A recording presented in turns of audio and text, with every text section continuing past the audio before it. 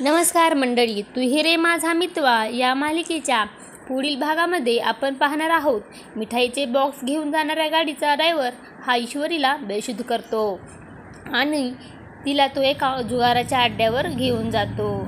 ज्यावेळेस ईश्वरी ही शुद्धीत येते तेव्हा तिला मात्र खूप मोठा धक्का बसतो, कारण तो गुंड त्याच्या मित्राबरोबर जुगार खेळत बसलेला असतो.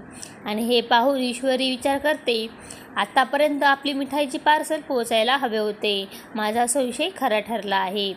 त्यानंतर आपण पाहतो सर्व गुंड हे ईश्वरीला मिळून त्या ठिकाणाहून एका गोडाऊनमध्ये डांबून ठेवतात आणि हे अर्णवला समजतात. अर्णव त्या ठिकाणी येऊन पोहोचतो आणि अर्णवला पाहिल्यानंतर ईश्वरीला मात्र अतिशय आनंद होतो आणि ती अर्णवकडे धावत जाऊ लागते. तेव्हा गुंड हे तिला पकडतात आणि अर्णव हा त्यांना ओरडून तिला सोडा, तिला हातही लावू नका.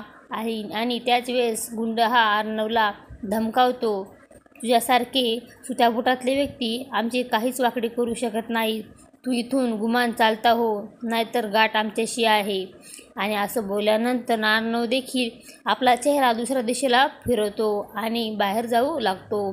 आणि तेव्हा ईश्वरी देखील विचार करू लागते की बोलते, अर्णव सर, तुम्ही कुठे निघाला आहात? आणि अर्णव हा काहीच उत्तर देत नाही.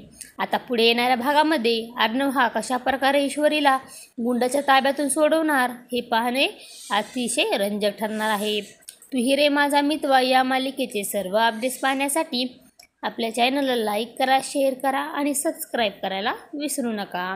धन्यवाद.